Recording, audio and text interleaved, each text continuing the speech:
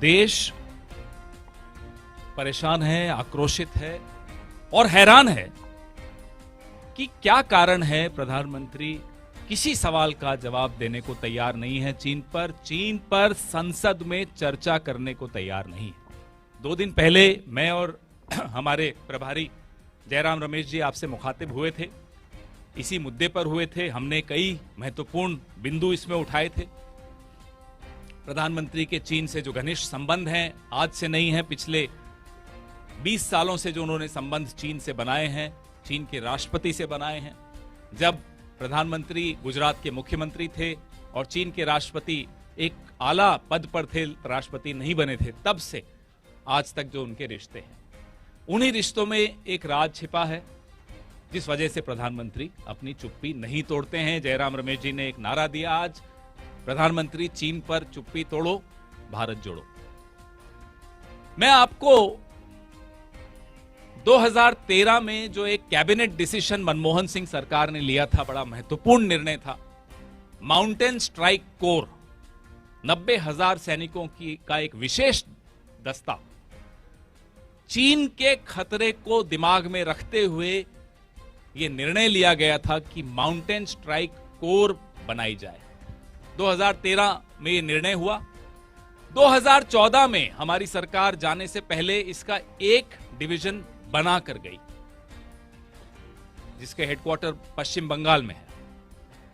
दूसरा डिवीजन पठानकोट में बनना था, सरकार बदल गई। चीन परस्त प्रधानमंत्री आ गए, नरेंद्र मोदी। मैं उनको चीन परस्त बोलता हूं, कारण है मेरे पास, हम सबके पास बहुत कारण है उनको चीन परस्त बोलने के।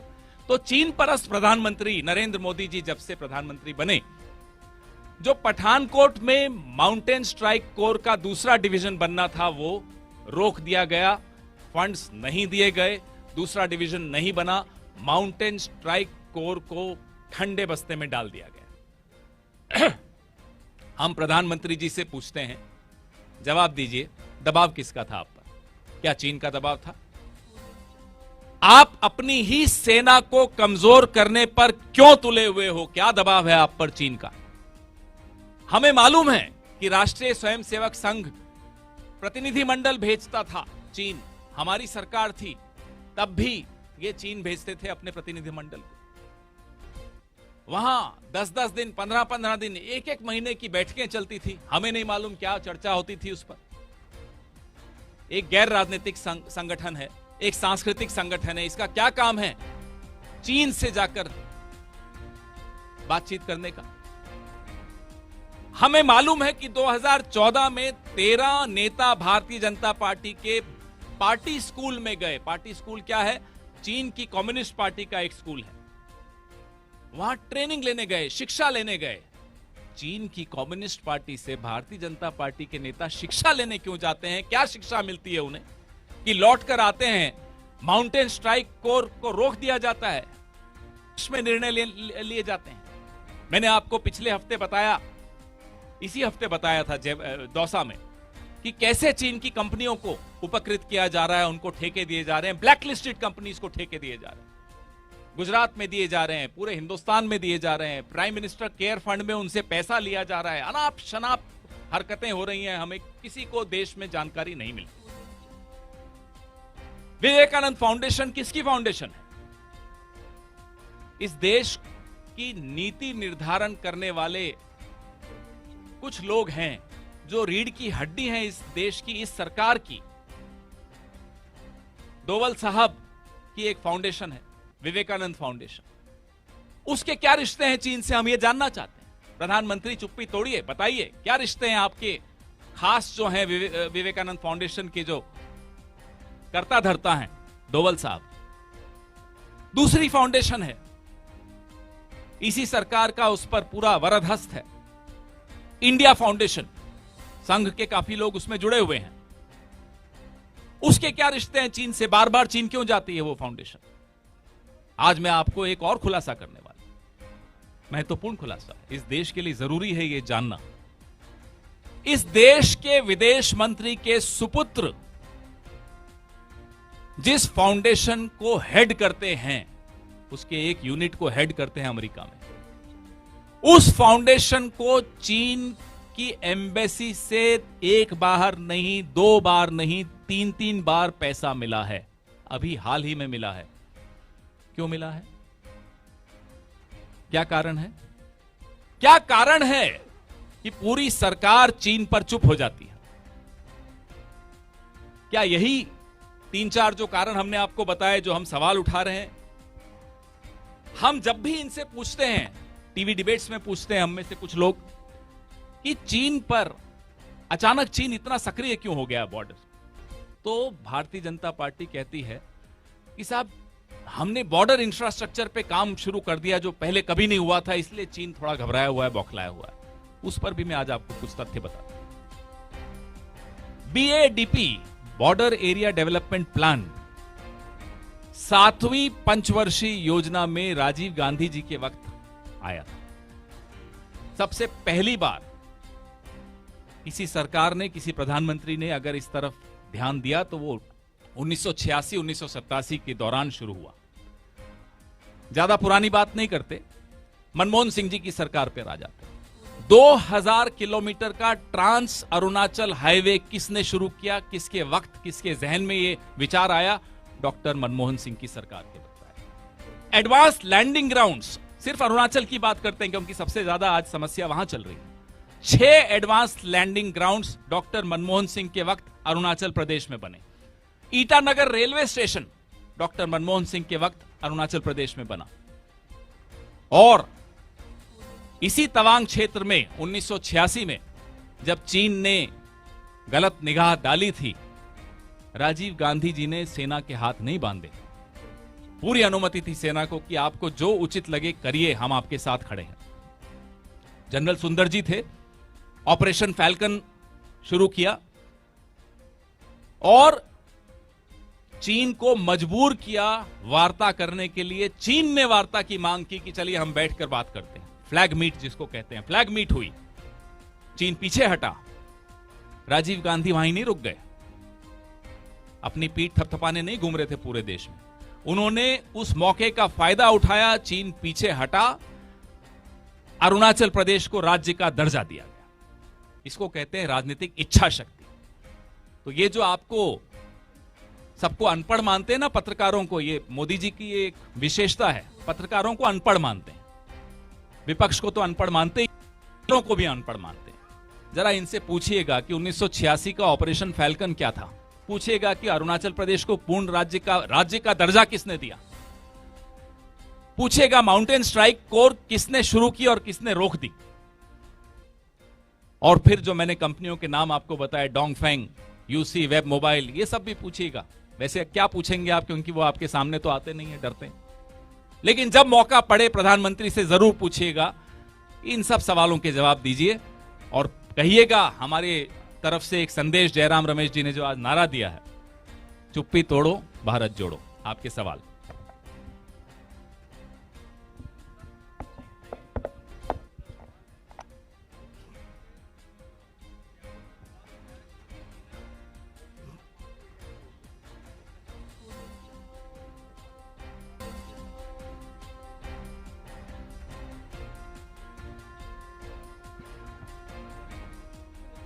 अरे आप जो कर रहे हैं वो आपत्तिजनक है, उस पे किसी को टिप्पणी नहीं करनी। हम तो सिर्फ बता रहे हैं कि जो आप कर रहे हैं वो गलत है। सेना के हाथ बांध रहे हैं, सेना को कमजोर कर रहे हैं। एक वीर सेना और एक कायर राजा, बताइए सीमाएं सुरक्षित कैसे रह सकती? हमारी आपत्ति राजा की कायरता से है। हमारी आपत्ति इससे है कि एक कायर राजा ने एक वीर सेना के हाथ बांध दिए हैं। तभी मैं आज आपको ऑपरेशन फैल्कन की बात याद दिला रहा हूं। कैसे राजीव गांधी जी के वक्त जनरल सुंदर जी के हाथ पूरी तरह से खुले थे और कैसे चीन पीछे हटा, इसी तवांग क्षेत्र से पीछे हटा। पीछे हटते ही हमने अरुणाचल। यह होता है एक मजबूत राजा, एक मजबूत सेना। हमारी आपत्ति राजा की कायरता से है, हमारी आपत्ति राजा की उन मजबूरियों से है जिसकी वजह से वो चीन के आगे न मुंह खोल सकता है, न चीन की आंखों में आंखें डालकर बात कर सकता है। हमारे एक बात बता दूं, इन्होंने अभी राजीव गांधी जी का जिक्र किया। एक वो प्रधानमंत्री थे जिन्होंने यूनियन टेरिटरी को पूरा दर्जा दिया और अलग से राज्य बनाया अरुणाचल प्रदेश। और एक हमारे प्रधानमंत्री हैं जो एक राज्य को डाउनग्रेड करते हैं और उसको यूनियन टेरिटरी बना देते हैं, वो जम्मू और कश्मीर। राजीव गांधी जी दिसंबर 88 को बीजिंग गए, चीन के नेतृत्व के साथ उनकी बातचीत हुई। उसके बाद हमारे संबंध मजबूत हुए।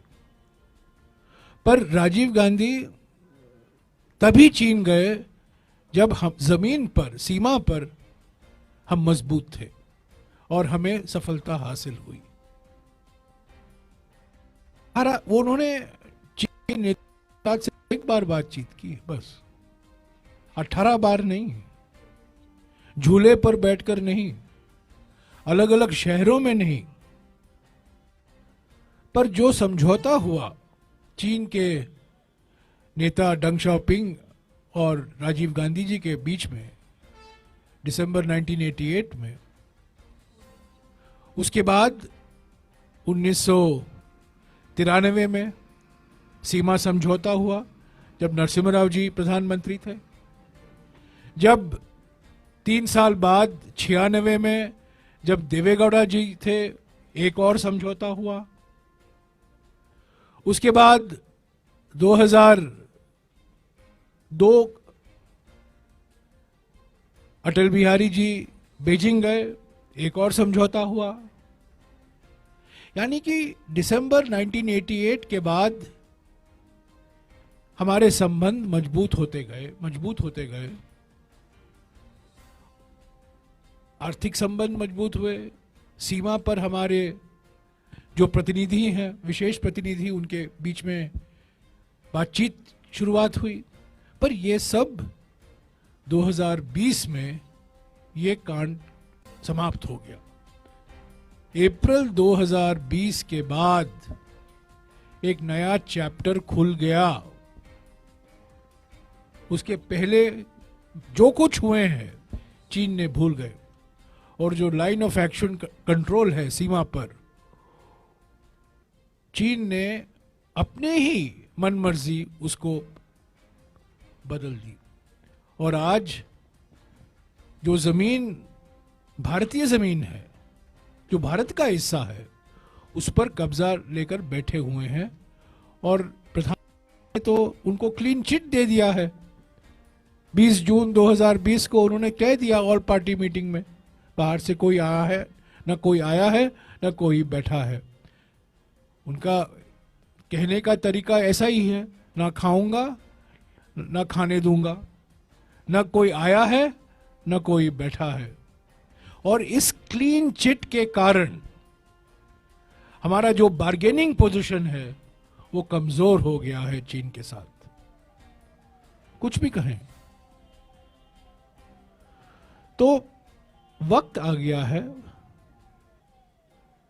संसद के अंदर बहस होनी चाहिए, प्रधानमंत्री को जवाब देने चाहिए और विपक्ष के साथ बातचीत करनी चाहिए।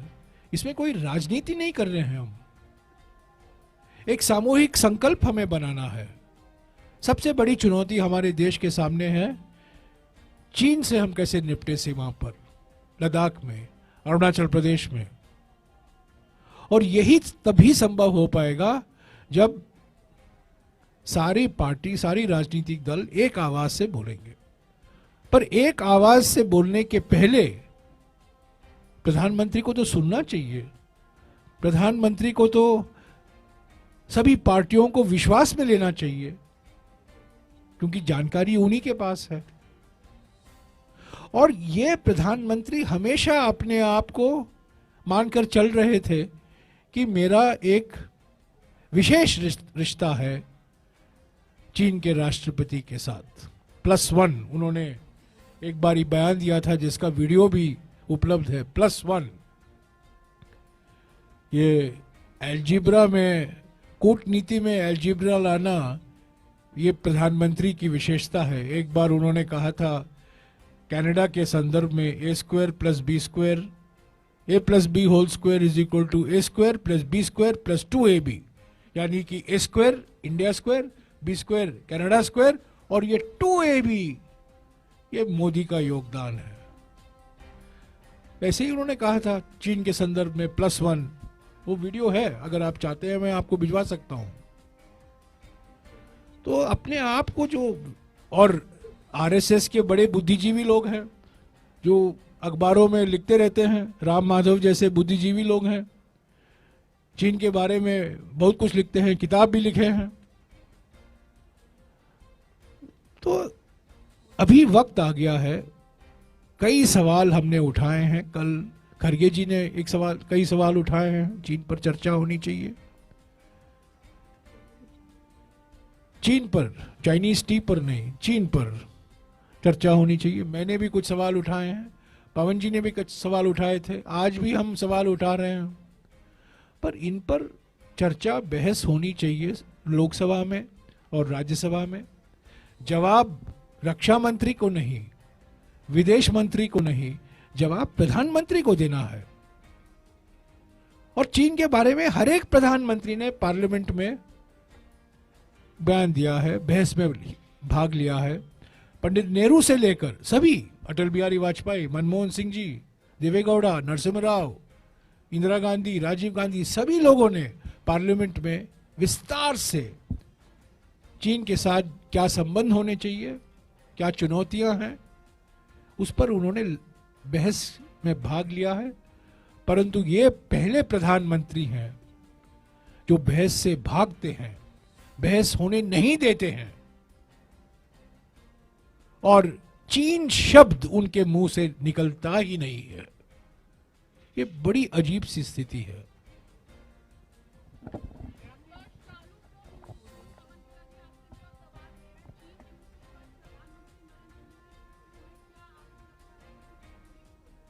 ये राज है, और ये राज पूरा देश जानना चाहता है। ये राज कब बना? क्या जब वो गुजरात के मुख्यमंत्री थे तब का कोई राज है, या ये अब का कोई राज है? ये ना मुझे मालूम है ना आपको मालूम है, लेकिन कुछ तो है। या तो मुंह नहीं खोलते, और जब मुंह खोलते हैं तो क्लीन चिट दे देते हैं। और जिस तरह से क्लीन चिट देने के हफ्ते भर बाद चीन के बैंक से भारी ऋण लेना, कंपनियों को ठेके देना, उससे पहले 2019 के चुनाव में चीन की कंपनियों से भारतीय जनता पार्टी की पार्टनरशिप करवा के चुनाव लड़वाना, ये सब कहीं इशारा करता है। हम गैर जिम्मेदाराना तरीके से इसके आगे कुछ बोलना उचित नहीं समझते। आप भी समझदार हैं, हम भी समझते हैं कुछ है।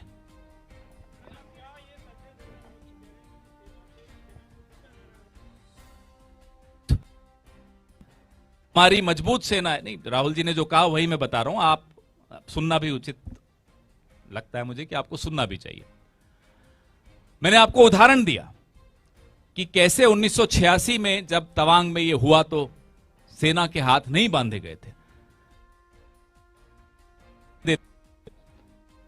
हमारे 20-20 शहीद सैनिकों की शहादत को एक तरह से नकार देते हैं। यह क्लीन चिट का क्या मतलब हुआ? आपने अपनी ही सेना की शहादत को नकार दिया। उस शहादत का खुलेआम सरेआम अपमान करते हैं।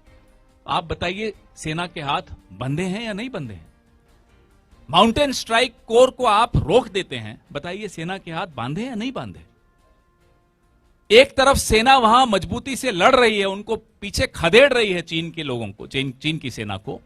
दूसरी तरफ आप डाइनिंग टेबल से उठकर झुक झुक कर सलाम करते हैं चीन के राष्ट्रपति को। बताइए सेना के पर क्या गुजरती होगी उस वक्त? हाथ बांधे या नहीं बांधे? तो राहुल जी बिल्कुल, इस सरकार ने सेना के हाथ बांध दिए हैं, नहीं तो इस सेना को कोई रोक नहीं सकता। एक वीर सेना, एक कायर राजा, ये इस देश की कहानी है पिछले 7 साल की।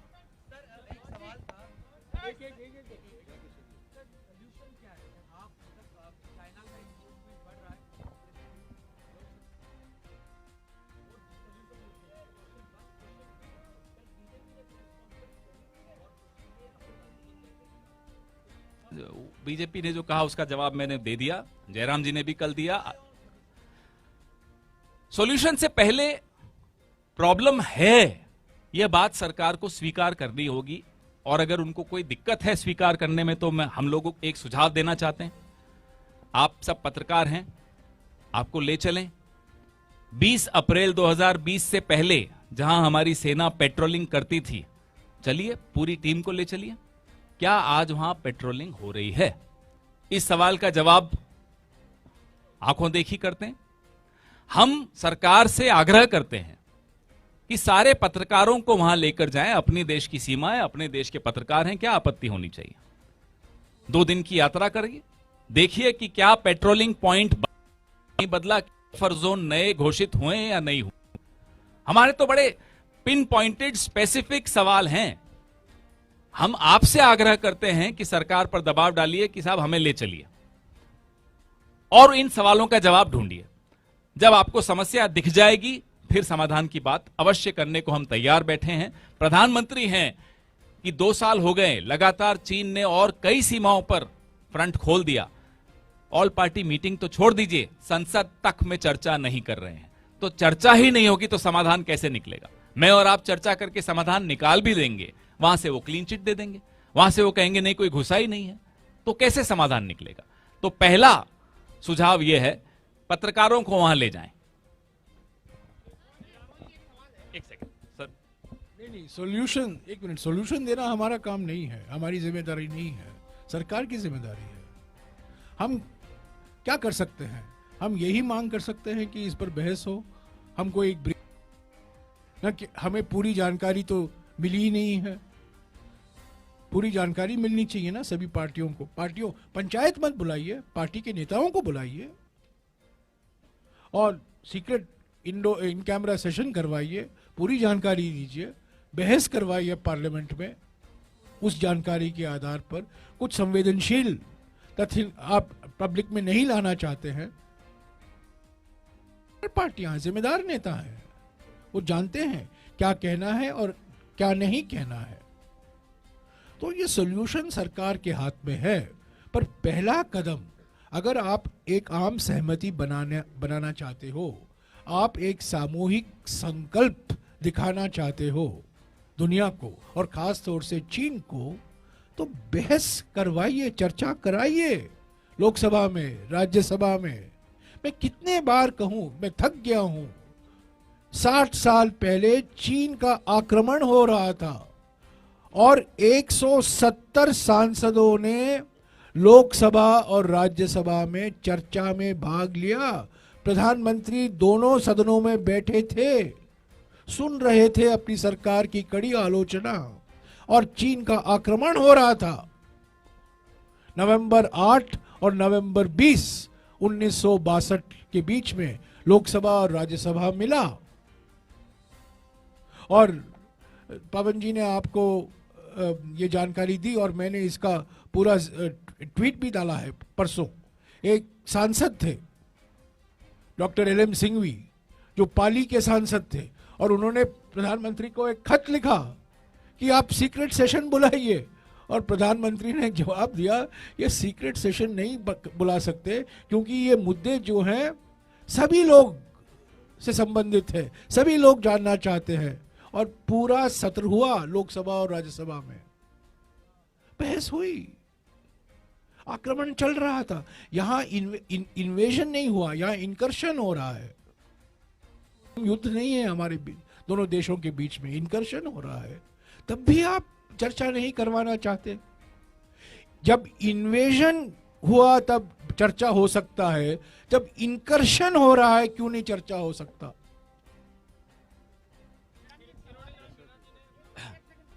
एक सेकंड।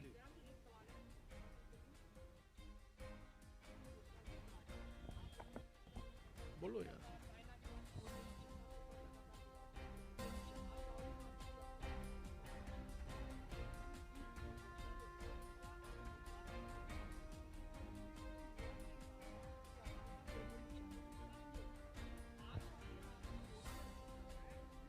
नहीं, ये आप गलत कह रहे हैं, क्योंकि हिमाचल चुनाव में जयराम जी भी थे, मैं भी था, और इस चुनाव में लगातार ये मुद्दा युवाओं ने भी हमारे साथ जब संवाद किया तो हमने भी उठाया, उन्होंने भी उठाया। ये मुद्दा खत्म हो ही नहीं सकता, क्योंकि इस देश के नौजवानों के साथ और इस देश की सीमाओं की सुरक्षा के साथ खिलवाड़ कम से कम कांग्रेस पार्टी तो बर्दाश्त नहीं करेगी। हमने दबाव संसद में भी डाला, हर बार हमारी जो संवाद होते हैं लोगों के साथ उसमें भी राहुल गांधी जी, खड़गे साहब लगातार इस बात पर चर्चा कर रहे हैं। सरकार किसानों के मामले में कैसे पीछे हटी थी, ये ऐसा मुद्दा है जवानों के मामले में भी सरकार को पीछे हटना होगा। हम अग्निवीर योजना के खिलाफ थे, हैं और रहेंगे। अग्निवीर हमारे सेना को मजबूत नहीं करता, कमजोर करता है। हम अग्निवीर योजना के खिलाफ लड़ते रहेंगे। 2024 में अगर हम सत्ता में आएंगे तो अग्निवीर योजना को हम समाप्त करेंगे।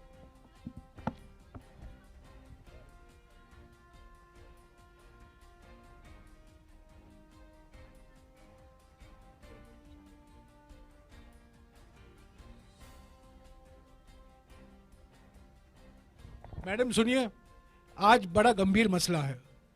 हम चीन के बाद बात कर रहे हैं। जो आप कह रहे हैं ना, बाद में हम बात करेंगे। एक ही विषय लीजिएगा प्लीज।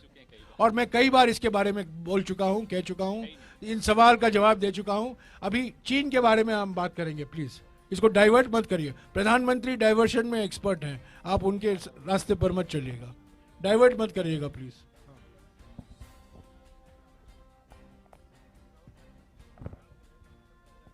ये चीन के संदर्भ में उन्होंने कुछ कहा है? कहा तो अलग से बात करेंगे। ज्यादा महत्वपूर्ण है कि चीन कब्जा करके बैठा है, पहले वहां ध्यान दीजिए। तो मत करिए ना, क्यों कर रहे हैं?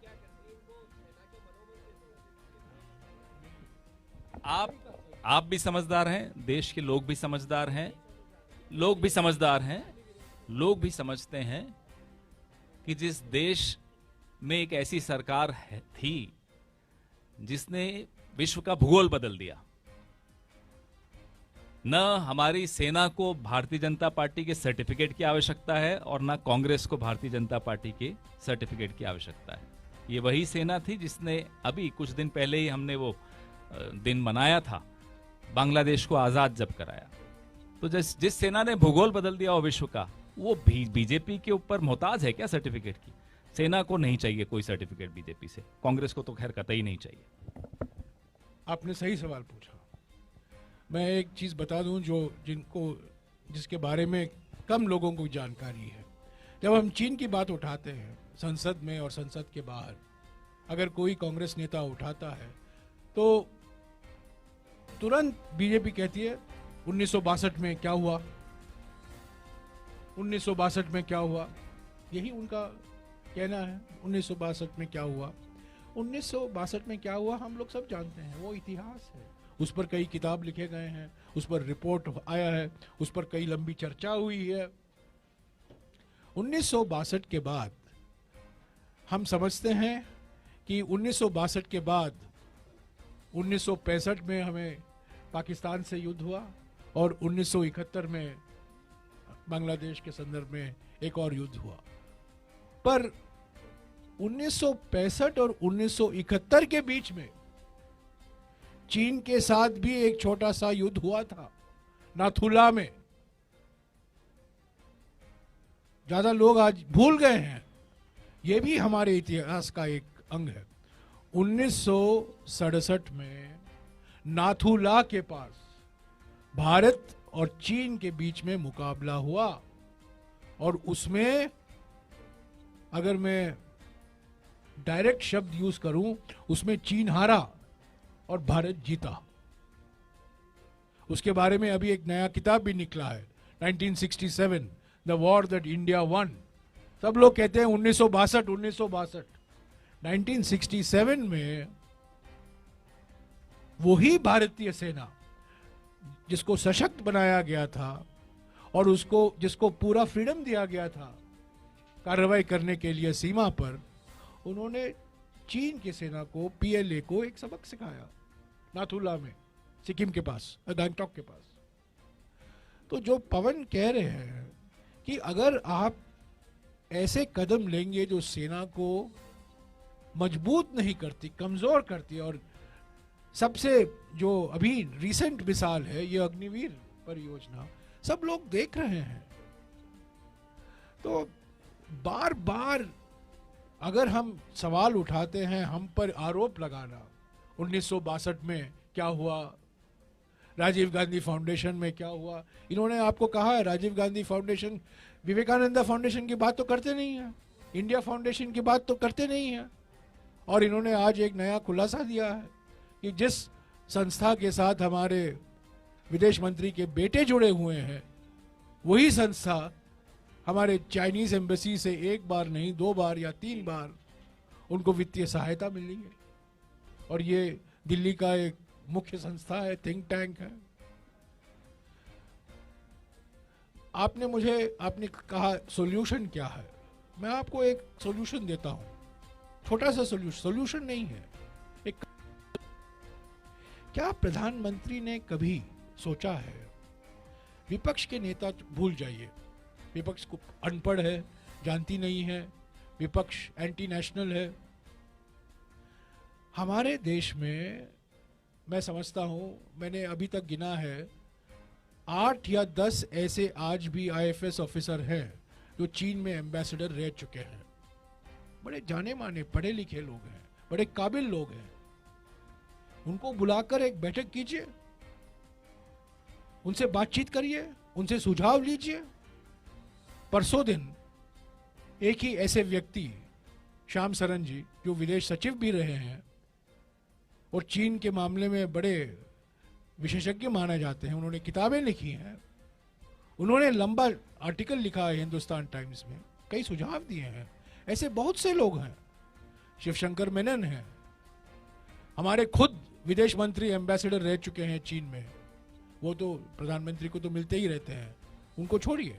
गौतम बम्बा वाले हैं जो पुणे में है,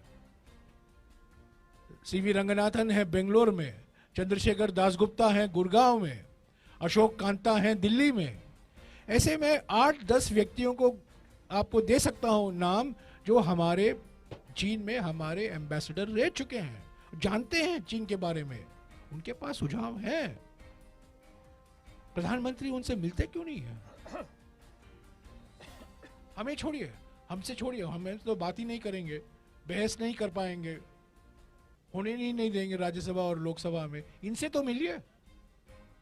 जो नाथुला की बात जयराम रमेश जी ने कही और बड़ी सही जगह पर बैठकर की, मेजर जनरल सगत सिंह यहीं से थे, जिनको चीन ने धमकाया कि ये इलाका खाली करिए, उन्होंने 1 सेकंड नहीं लगाया, उनको कड़ा जवाब दिया, खाली नहीं किया। तो भारतीय जनता पार्टी की राष्ट्र विरोधी जो आदतें हैं वो मैं आपको दिखाऊं। जो हमारी विक्ट्री है, जो मेजर जनरल सगत सिंह ने राजस्थान ही नहीं पूरे देश का नाम रोशन किया, उसको ढकते हैं, उसको नहीं आने देते सामने, 71 को सामने नहीं आने देंगे। ये क्या है? ये प्रवृत्ति क्या है कि जहां हिंदुस्तान का नाम रोशन हुआ, राजस्थान का नाम रोशन हुआ, मेजर जनरल सगत सिंह जैसे लोगों ने नाम रोशन किया, जनरल सुंदर जी ने रोशन किया, आप वो बात सामने ही नहीं लाने देंगे। क्यों? आप चाहते हैं कि देश का नाम रोशन न हो? बताइए, असली एंटी नेशनल बात कौन कर रहा है? भारतीय जनता पार्टी कर रही है। क्लीन चिट आप दे रहे हैं, जहां हम लोगों ने कुछ अचीव किया, चीन को के दांत खट्टे कर दिए, वो आप बात सामने नहीं लाएंगे। बहुत हल्के स्तर की राजनीति कर रहे हैं। प्रधानमंत्री को ये शोभा नहीं देता। हो सकते हैं आपके कुछ राज चीन के पास होंगे, लेकिन देश के साथ आप खिलवाड़ नहीं कर सकते। धन्यवाद। Okay, thank you.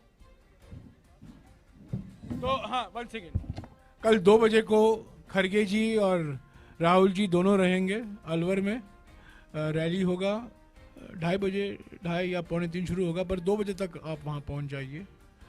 और कल दोपहर को भारत जोड़ो यात्रा नहीं होगा, पर रैली होगी। 20 तारीख सुबह भारत जोड़ो यात्रा होगा, और शाम को are we getting to Haryana and evening, 20 तारीख शाम को हम हरियाणा में प्रवेश करेंगे। आज दोपहर को तो होगा ही, और आज दोपहर को 2 से 2:40 तक राहुल जी राजस्थान के करीब 40-45 नागरिक संस्थाओं से मिल रहे हैं, उनके साथ बातचीत हो रही है, उसके बारे में मैं आपको अवगत करा दूंगा। आईटो कन्वेंशन के आज के इस कार्यक्रम में मंच पर उपस्थित प्रदेश सरकार में मेरे सहयोगी मंत्री श्री अरुण कुमार सिन्हा जी, दयाशंकर सिंह जी, भारतीय टूर ऑपरेटर्स एसोसिएशन के अध्यक्ष श्री राजीव मेहरा जी, उपाध्यक्ष सीएम नजीर जी, एसोसिएशन के सदस्य सचिव श्री रजनीश कैस्ता जी, संजय राजदान जी, उत्तर प्रदेश सरकार के प्रमुख सचिव पर्यटन श्री मुकेश मेश्राम जी, आयोजन समिति के अध्यक्ष श्री रवि गोसाई जी, देश भर से आए हुए सभी टूर ऑपरेटर्स, आयोजन समिति के सभी अन्य पदाधिकारीगण और उपस्थित भाइयों बहनों, भारत की आध्यात्मिक और सांस्कृतिक राजधानी के रूप में विख्यात देश के हृदय स्थल उत्तर प्रदेश में मैं आप सबका हृदय से स्वागत करता हूं। मुझे प्रसन्नता है कि लगभग 2.5 दशक के बाद उत्तर प्रदेश के अंदर आईटो ने अपना एक कार्यक्रम आयोजित किया है। आज से 26 वर्ष पहले जब यह कार्यक्रम उत्तर प्रदेश में हुआ होगा, उस समय के उत्तर प्रदेश और आज के उत्तर प्रदेश में आपको काफी फर्क महसूस हो रहा होगा। हम सब जानते हैं उत्तर प्रदेश में हर प्रकार के टूरिज्म के लिए अपार संभावनाएं हैं और संभावनाओं को अगर आप देखेंगे तो विगत 5 वर्ष के अंदर हम सब ने जो प्रयास किए हैं आदरणीय प्रधानमंत्री जी के मार्गदर्शन में, उसका परिणाम है कि डोमेस्टिक टूरिस्ट में आज उत्तर प्रदेश देश के अंदर नंबर 1 पर है।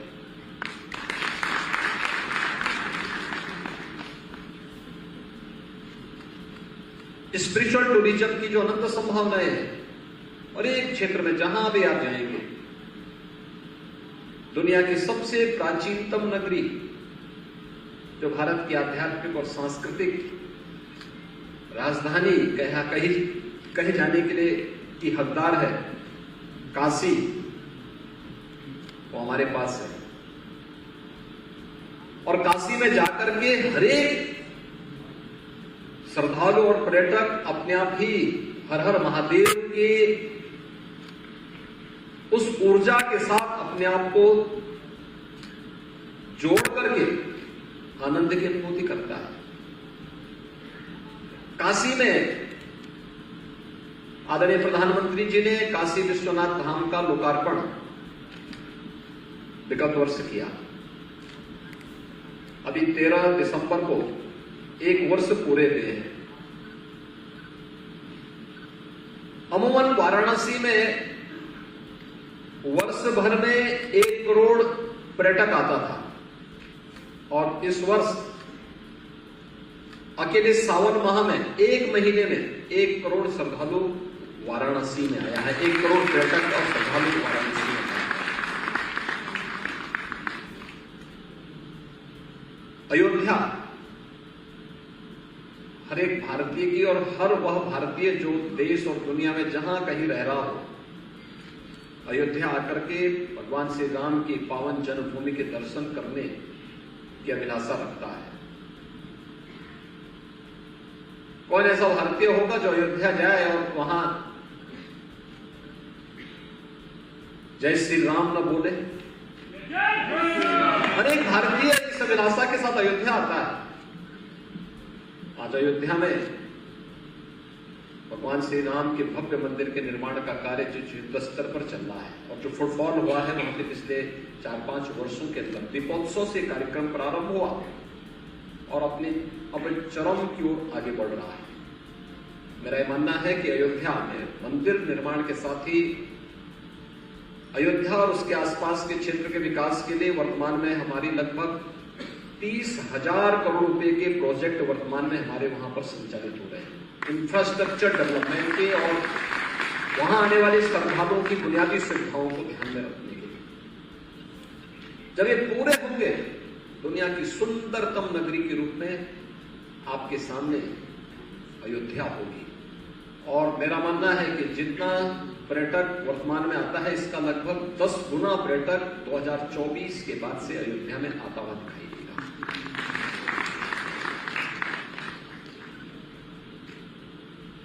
मथुरा वृंदावन भी उत्तर प्रदेश में ही है। और कौन ऐसा श्रद्धालु और टूरिस्ट होगा जो वहां जाए और राधे राधे न बोले। हर व्यक्ति उसमें मग्न होता हुआ दिखाई देता है, क्या देसी क्या विदेशी है।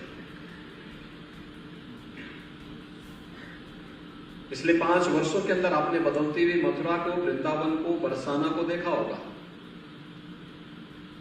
श्री कृष्ण जन्माष्टमी का आयोजन हो या रंगोत्सव का आयोजन, उसके साथ सबको जुड़ते हुए भी देखा होगा।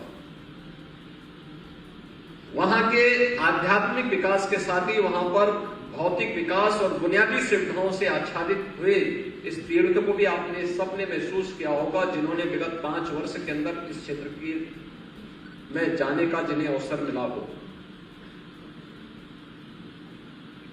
मथुरा, वृंदावन, बरसाना, गोकुल, बलदेव, नंदगांव, ये जितने भी तीर्थ स्थल हैं ब्रज क्षेत्र के, इनके विकास के लिए भी केंद्र और राज्य सरकार वर्तमान में भौतिक विकास, आध्यात्मिक विकास के साथ ही वहां के भौतिक और विकास और बुनियादी सुविधाओं पर वर्तमान में लगभग 25 से 30,000 करोड़ रुपए हमारे वर्तमान में वहां खर्च हो रहे हैं इन सुविधाओं को वहां पे बढ़ाने के लिए।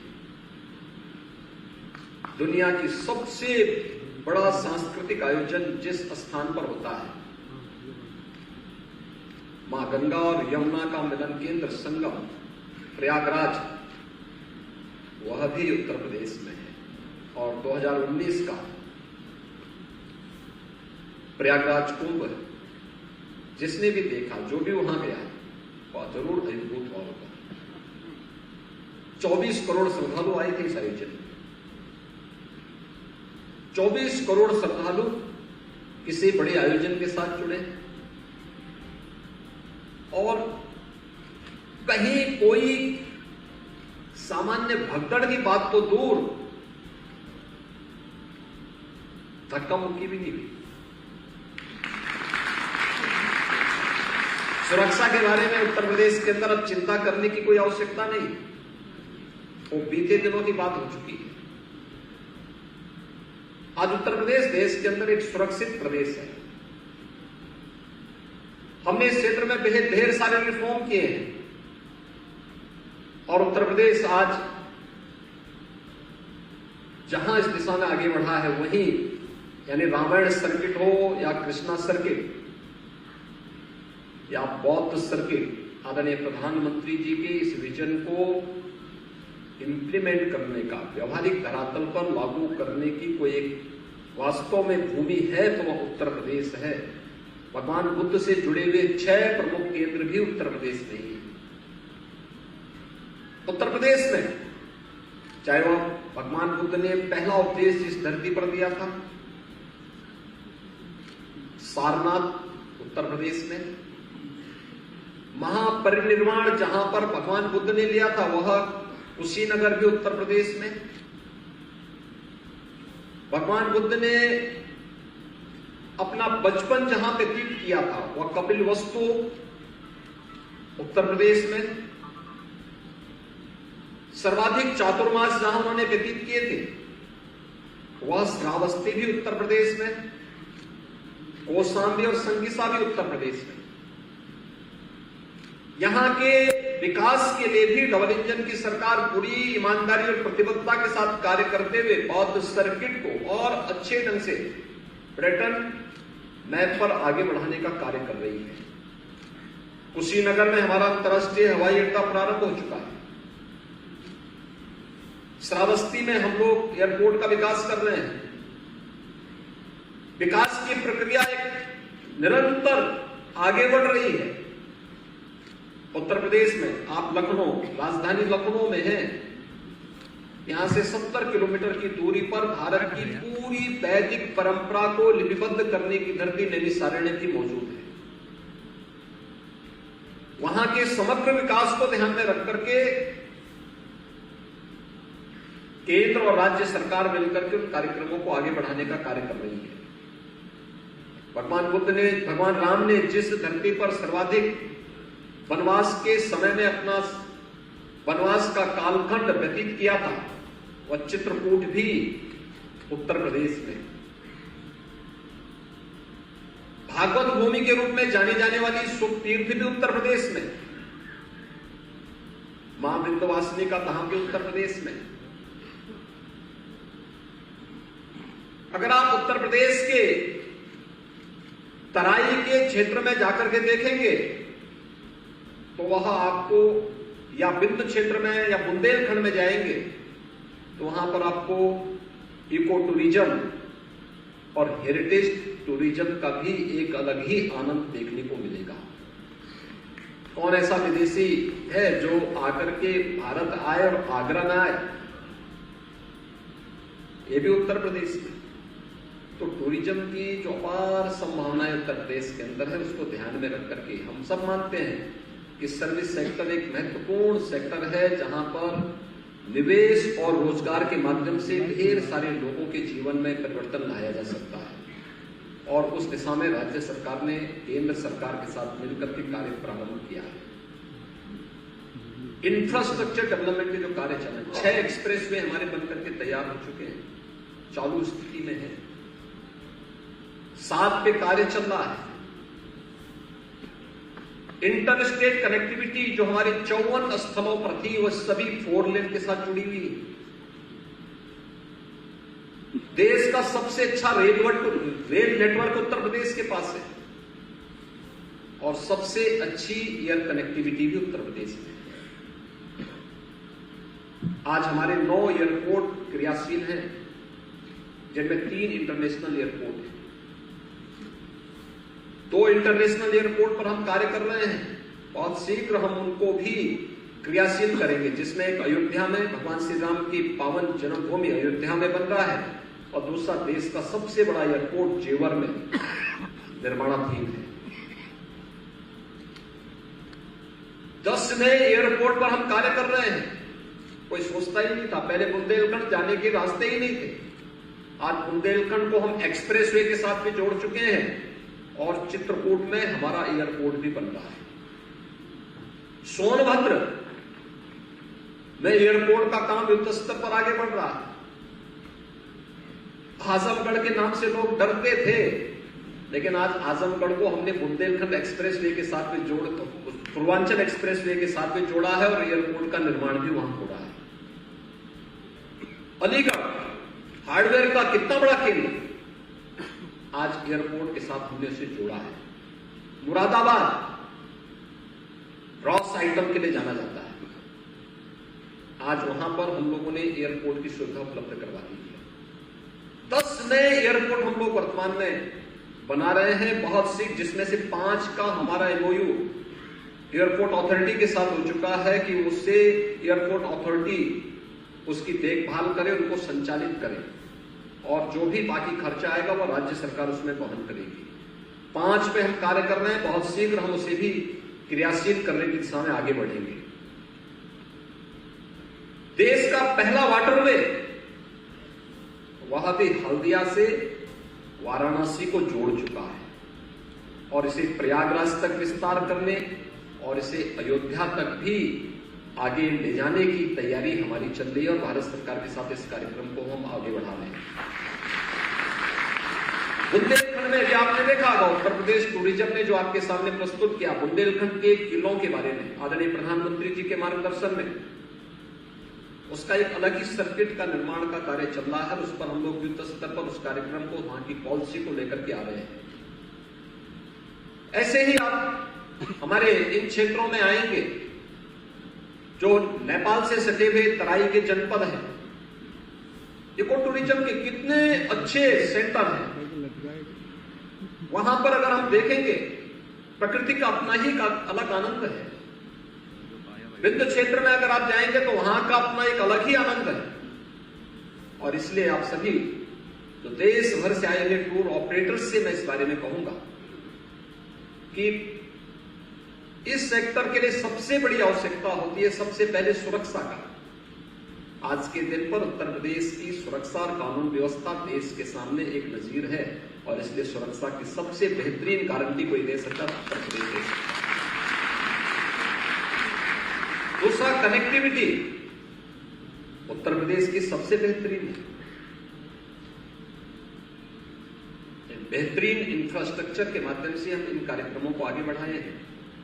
हम लोगों ने तो टूर ऑपरेटर्स को भी और अन्य तमाम संस्थाओं को हमने आमंत्रित किया, आइए हमारे यहां इन सभी सर्किट को आप जोड़िए, थोड़ा हेली सेवा के साथ इन्हें जोड़ने की कार्रवाई को बढ़ाइए। हम इसमें सहयोग करेंगे, हर प्रकार का सपोर्ट राज्य सरकार करेगी। इसे इस दिशा में प्रयास किए जाने की आवश्यकता है। और प्रदेश ने हर एक स्थान पर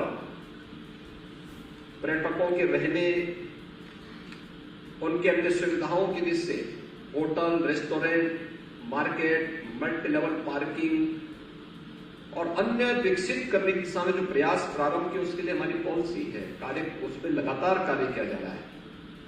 और मैं चाहूंगा कि सुरक्षा और कनेक्टिविटी के साथ ही हमारी टूरिज्म की बेहतरीन पॉलिसी आज के दिन पर उत्तर प्रदेश के अंदर है और इस पॉलिसी के अंतर्गत किसी भी सेक्टर में निवेश किया जा सकता है। आज जिस संस्थान में हम कार्यक्रम आयोजित कर रहे हैं, यह हमारी पहली इन्वेस्टर समिट जो 2018 में हुई थी, वहां उस 2018 के एमओयू के आधार पर आपका ये कन्वेंशन सेंटर स्थापित हुआ है। ये अपने आप में एक मॉडल है।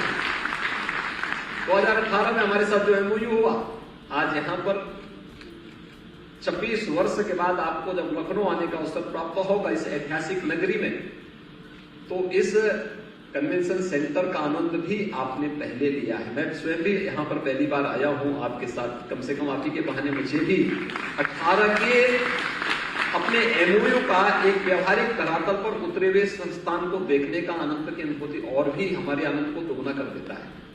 और इसीलिए आज के इस अवसर पर मैं आप सबको आमंत्रित करूंगा। उत्तर प्रदेश अपार संभावनाओं वाला प्रदेश है। उत्तर प्रदेश में निवेश की अनंत संभावनाएं हैं और अपने हर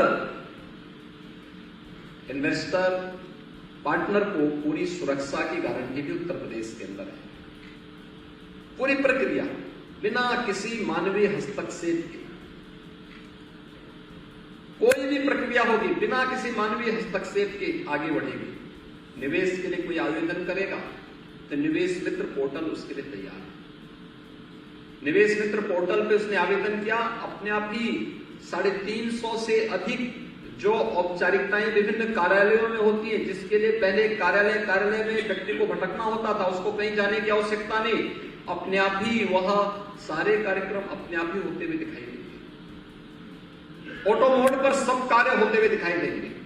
आपसे बीच बीच में कुछ क्वेरीज पूछी जा सकती है, उसका जितनी जल्दी जवाब देंगे उतनी जल्दी वो प्रक्रिया आगे बढ़ जाएगी। उसकी मॉनिटरिंग स्वयं मुख्यमंत्री कार्यालय करता है और मुख्यमंत्री कार्यालय उसको संपन्न करने के बाद फिर उसे व्यवहारिक धरातल पर लागू करने की कार्रवाई करता है। और जब एमओयू के तहत निवेश यहां पर हो जाता है तो निवेश की प्रक्रिया के बाद शासन से मिलने वाले इंसेंटिव को भी हम लोगों ने फिर ऑनलाइन करने की दिशा में आगे बढ़ कार्य किया है और वह भी स्वयं निवेशक के खाते में स्वयं ही पैसा इंसेंटिव का जो भी धनराशि जानी हो उसके खाते में स्वयं जाता हुआ दिखाई देगा।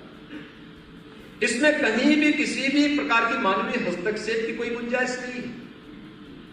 और मेरा मानना है कि आप इस दिशा में बेहतरीन प्रयास कर सकते हैं। यहां पे हर एक सेक्टर में जो संभावनाएं हैं, लाखों लोगों को हम लोग रोजगार और नौकरी दे सकते हैं। लोगों को उत्तर प्रदेश की विरासत के बारे में, देश की वास्तविक विरासत के बारे में अवगत करा सकते हैं। देशी और विदेशी दोनों प्रकार के पर्यटकों को उत्तर प्रदेश के अंदर आमंत्रित करके न केवल उत्तर प्रदेश की बल्कि देश की जीडीपी को बढ़ाने में भी अपना योगदान दे सकते हैं। और इसके लिए मैं आप सभी टूर ऑपरेटर्स का उत्तर प्रदेश में स्वागत करता हूं और मुझे विश्वास है कि यूपी टूरिज्म के साथ मिलकर के आप इस दिशा में जो भी सार्थक प्रयास करेंगे, राज्य सरकार इसमें भरपूर सहयोग करेगी। आप सबने अपने इस कन्वेंशन के लिए उत्तर प्रदेश को चुना। मैं इसके लिए एसोसिएशन के अध्यक्ष और उनकी पूरी टीम को हृदय से धन्यवाद दूंगा। आयोजन समिति से जुड़े हुए सभी पदाधिकारियों को हृदय से धन्यवाद दूंगा। और मुझे विश्वास है कि उत्तर प्रदेश की इन अनंत संभावनाओं का आप सब आनंद लेंगे और देशी विदेशी पर्यटकों को एक बेहतरीन वातावरण देने का कार्य करेंगे। आप सबके इस पूरे आयोजन के प्रति मेरी शुभकामनाएं हैं। धन्यवाद। जय हिंद। सबसे पहले आज भाजपा दिल्ली प्रदेश कार्यालय में आज की प्रेस वार्ता में आपका स्वागत है। आपका आभार है कि आपने कीमती समय निकाल करके प्रेस वार्ता में हमारे बीच शामिल हुए। आज बहुत ही महत्वपूर्ण विषय पर आपसे विधानसभा में नेता प्रतिपक्ष हमारे आदरणीय श्री रामदेव मोदी और हमारे सोशल मीडिया के हमारे जो मीडिया के हमारे बॉस हैं और सोशल मीडिया के प्रमुख हैं हमारे प्रवक्ता हरीश खुराना जी आपके साथ संबोधित करेंगे। मैं निवेदन करूंगा माननीय मजदूरी जी से कि अपनी बात है।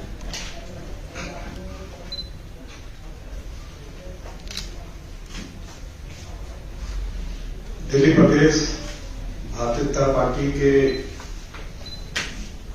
मीडिया के इंचार्ज आदरणीय श्री हरीश खुराना जी, दिल्ली प्रदेश भाजपा के प्रवक्ता आदरणीय श्री सत्यवा जी, वीरेंद्र गोपर जी,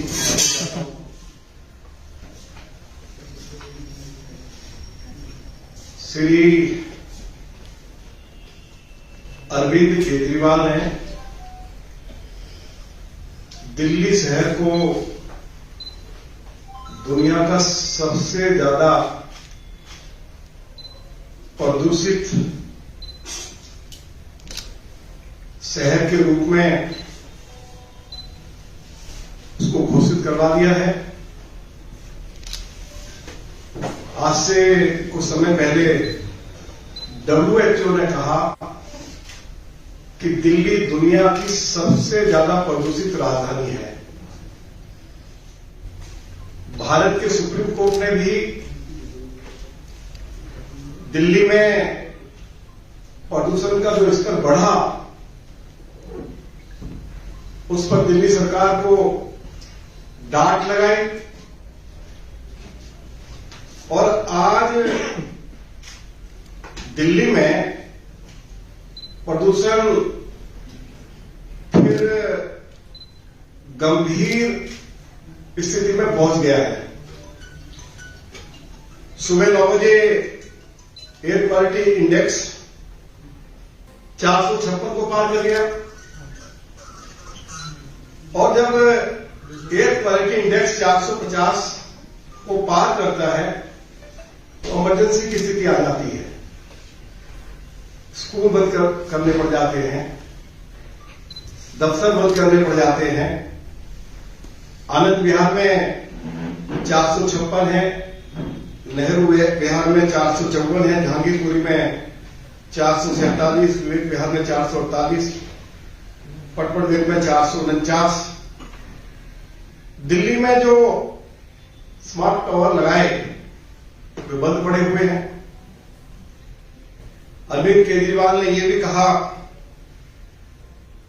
कि दिल्ली की सड़कों की जो सफाई है मैकेनिकल की जाएगी, वो व्यवस्था भी कहीं दूर दूर तक दिखाई नहीं दे रही है। दिल्ली दुनिया की सबसे ज्यादा प्रदूषित राजधानी क्यों बनी, उसके पीछे क्या कारण है? सुप्रीम कोर्ट ने भी 2 कारण बताए हैं। पहला कारण बताया है पब्लिक ट्रांसपोर्ट सिस्टम हमारा जो दिल्ली में कोलैप्स कर गया है, सबसे ज्यादा दिल्ली को पेट्रोल और डीजल की गाड़ियां प्रदूषित करती हैं। अरविंद केजरीवाल ने यह घोषणा की थी कि दिल्ली को 15,000 बसों की आवश्यकता है। अरविंद केजरीवाल डीटीसी के लिए कोई बस खरीद नहीं पाए। जब वो मुख्यमंत्री बने तो दिल्ली में लगभग 6,500 बसें डीटीसी के पास थी, उनकी संख्या घटकर 3,500 हो गई। और जो डीटीसी की बसें उनके पास हैं वे भी आउटडेटेड हैं, 7.5 लाख किलोमीटर से ज्यादा चल चुकी है। आए दिन डीटीसी की बसों में आग लगती रहती है और ये बसें दिल्ली की सड़कों पर उतारी नहीं जा सकती है सुरक्षा की दृष्टि से भी। तो पहला कारण है कि हमारा पब्लिक ट्रांसपोर्ट सिस्टम कोलैप्स हो गया।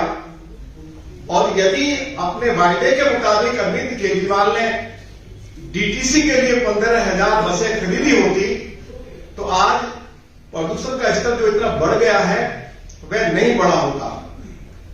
दूसरा कारण जिसके बारे में सुप्रीम कोर्ट ने भी चर्चा की है कि दिल्ली की जितनी भी सड़कें हैं वह टूटी पड़ी है, गड्ढे हैं और PM2.5 सबसे ज्यादा जनरेट होता है डस्ट से, धूल से। जब दिल्ली की सड़कों पर गड्ढे हैं और उन गड्ढों पर जब गाड़ियां चलती हैं तो धूल उड़ती है, तो दिल्ली प्रदूषित होती है। तो ये 2 मुख्य कारण हैं कि दिल्ली के अंदर पब्लिक ट्रांसपोर्ट सिस्टम पूरी तरह कोलैप्स कर गया, दिल्ली की सड़कें टूटी पड़ी है, सड़कों पर गड्ढे हैं, दिल्ली में सड़कों की मरम्मत हो नहीं रही है। पीछे अरविंद केजरीवाल ने कमिटमेंट भी की थी कि दिल्ली में जो सड़कें टूटी हुई हैं हम उनको दोबारा से बनाएंगे, लेकिन पूरी दिल्ली में कहीं भी सड़कें नहीं बनाई जा रही हैं। जब पराली जलाई जाती थी तो ये कहा जाता था कि पंजाब हरियाणा में पराली जल रही है, उसकी वजह से दिल्ली प्रदूषित हो रही है। तो अब तो कहीं पराली भी नहीं जलाई जा रही है।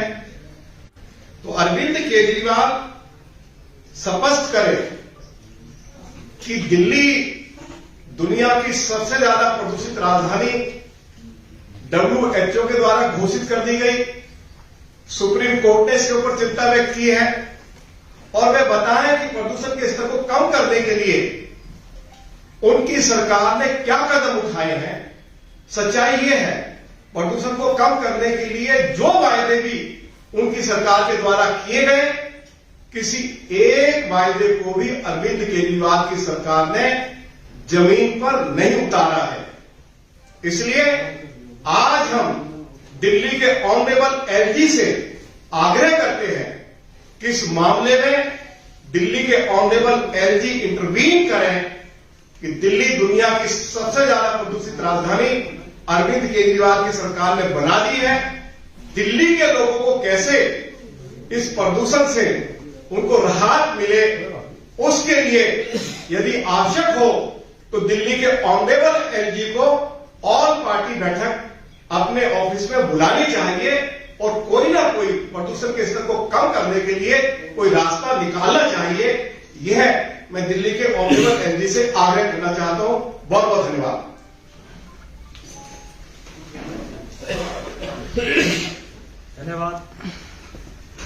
धन्यवाद आदरणीय पिडूरी जी। अब मैं अनुरोध करूंगा हमारे मीडिया हेड आदरणीय हरीश खुराना जी से कि वो अपनी बात रखें, आपको संबोधित करें। धन्यवाद गुरु जी। मंच पर विराजमान हमारे नेता प्रतिपक्ष आदरणीय रामकृष्ण पिडूरी जी, और मेरे सामने बैठे हुए मीडिया के तमाम बंधुओं को नमस्कार।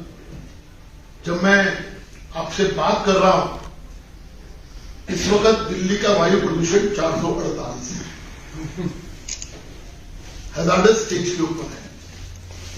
दिल्ली में इमरजेंसी लेवल की सिचुएशन पहुंच चुकी है। 3 दिन पहले यही अरविंद केजरीवाल साहब ट्वीट करके अपने आप को स्वघोषित शाबाशी दे रहे थे, तो लेकिन आज चुप क्यों है, सबसे बड़ा सवाल होता है। अभी रामवीर सिंह जी ने बताया कि व्हीकल एमिशन बहुत बड़ा कारण है दिल्ली के प्रदूषण का। ये हम नहीं कह रहे, ये रामवीर सिंह जी की अपनी विधानसभा के अंदर जो प्रश्न पूछा गया था उसका जवाब है कि दिल्ली के अंदर सर्दियों में 25% जो कारण है वो व्हीकल एमिशन है। ये मैं नहीं कह रहा, सरकार खुद कह रही है। सर्दियों के दिनों में सबसे बड़ा जो कारण है वो दिल्ली के अंदर व्हीकल एमिशन है। लेकिन इस सरकार ने व्हीकल एमिशन के लिए क्या क्या किया, मैं जरा आंकड़े आपके सामने पेश कर रहा हूं। बहुत काम किया। क्या काम किया? आज दिल्ली के अंदर, और ये मैं ऑफिशियल आंकड़े बता रहा हूं आपको, 1,34,00,000 व्हीकल दिल्ली में चल रहे हैं। 1,34,00,000। और जब ये सरकार आई थी तब थे 90,91,000। तो लगभग 44 लाख व्हीकल दिल्ली के अंदर प्राइवेट व्हीकल्स बढ़ गए। और पब्लिक ट्रांसपोर्ट का क्या हाल है, अभी आपको रामवीर जी ने बताया। दिल्ली के अंदर व्हीकल 40 लाख बढ़ना यह दिखाता है कि आपने दिल्ली के अंदर पब्लिक ट्रांसपोर्ट के लिए कुछ नहीं किया। बड़ी बड़ी बातें हुई। आपको याद होगा एक बहुत बड़ा विज्ञापन आया था कि दिल्ली के अंदर स्मोक टावर लगाए थे।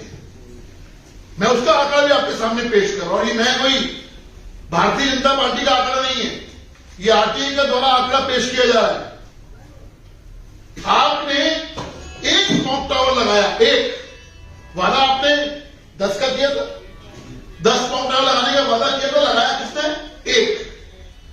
लेकिन उस पर जो खर्चा किया वो किया 22,91,00,000 रुपए, लगभग 23 करोड़ रुपए का एक स्मोक टावर लगा है, जो आपने भी यही कनॉट प्लेस बाबा खड़क सिंह मार्ग पे लगा हुआ है। लेकिन उसका जो महीने का खर्चा है वो है 2,58,387 रुपए, सिर्फ मार्च, अप्रैल और मई महीने का। और हालत ये है कि वो चल नहीं रहा। उसकी रिपोर्ट अगर आप जाके चेक भी करना चाहे चेक कर सकते हैं, रियलिटी चेक कर सकते हैं, वो चलता नहीं है। तो सवाल ये उठता है कि 2,58,00,000 रुपए जो खर्चा आपने 3 महीने में लगभग 85 लाख रुपए महीना हर महीने का खर्चा किया, तो कहां जा रहा है, सवाल ये भी उठता है। एक बात, एक और सवाल पूछना चाहूंगा मैं, क्योंकि आंकड़ों की बात हो रही है। याद करिए आंकड़ों की, इन्होंने कहा था कि हम एक स्टडी ग्रुप बना रहे हैं। स्टडी के लिए हमने इंटरनेशनल स्टडी करने के लिए हमने हायर करी है कंपनी, किसी को बुलाया था। 1,58,00,000 रुपए खर्च किए थे।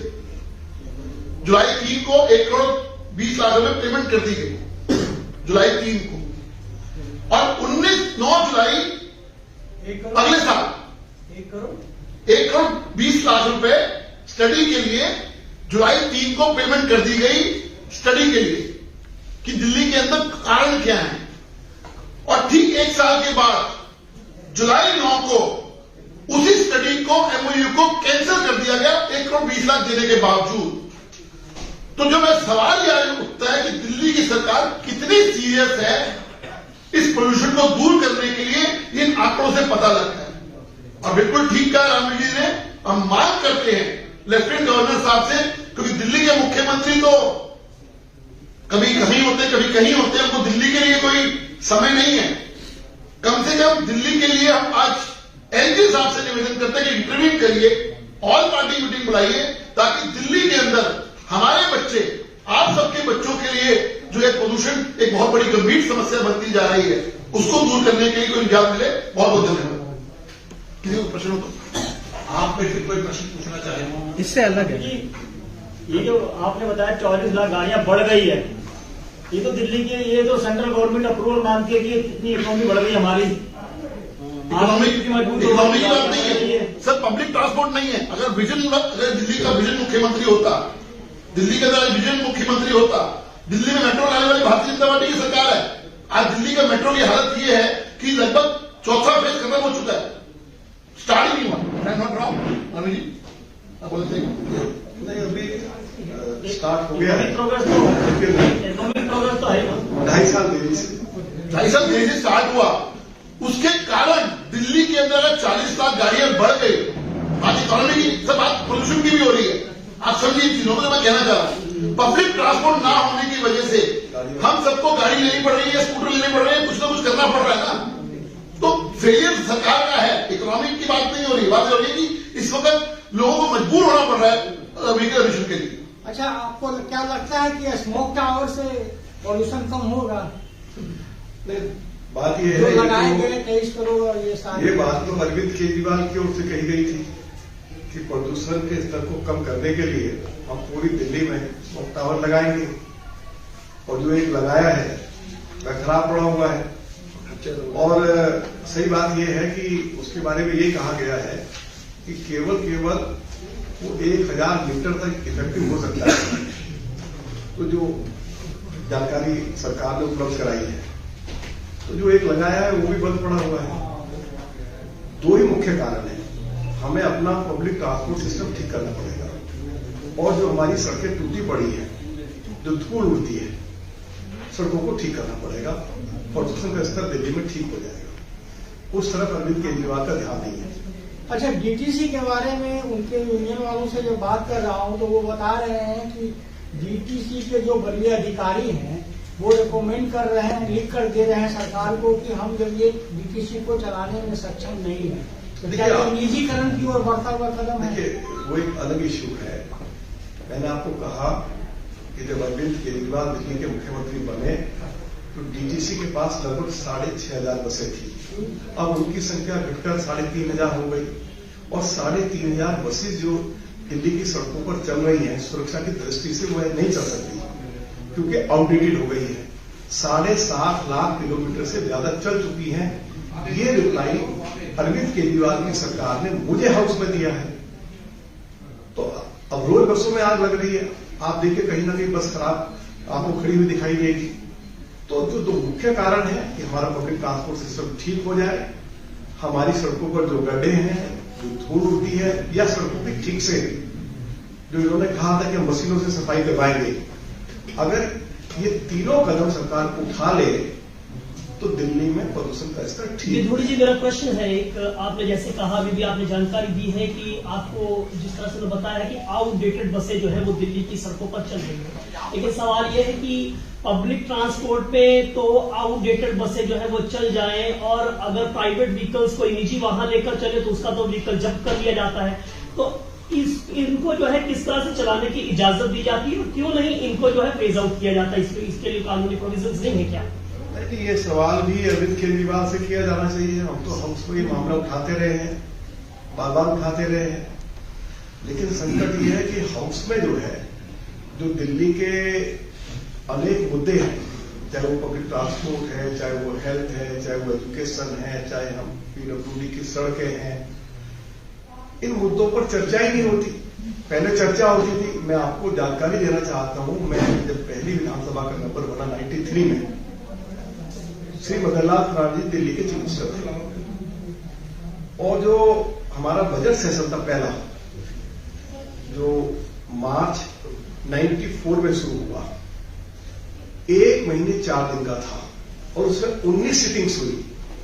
और आपको सुनकर हैरानी होगी कि इन पिछले 3.25 साल में 19 सिटिंग्स नहीं हुई। हाउस होता है तो क्वेश्चन ओवर नहीं होता, अगर हम लोग शॉर्ट ड्यूरेशन डिस्कशन लगाएं तो वो एक्सेप्ट नहीं होता, 280 के तहत हम कोई सवाल सरकार से पूछते हैं तो उसको रिजेक्ट कर दिया जाता है। आज तक भी, और हम अरविंद केजरीवाल को कहते रहे हैं कि भाई आप कहते हो हमारा वर्ल्ड क्लास एजुकेशन मॉडल है, हमारा वर्ल्ड क्लास हेल्थ सिस्टम है, हमारा वर्ल्ड क्लास हमारी मोहल्ला क्लिनिक है, हमारी सड़कें बहुत अच्छी हैं, पेरिस और लंदन का मुकाबला कर रही है, तो उनको बार बार कहते भाई इसके ऊपर आप चर्चा क्यों नहीं कराते हो? आप बताइए, लोग सुनेंगे।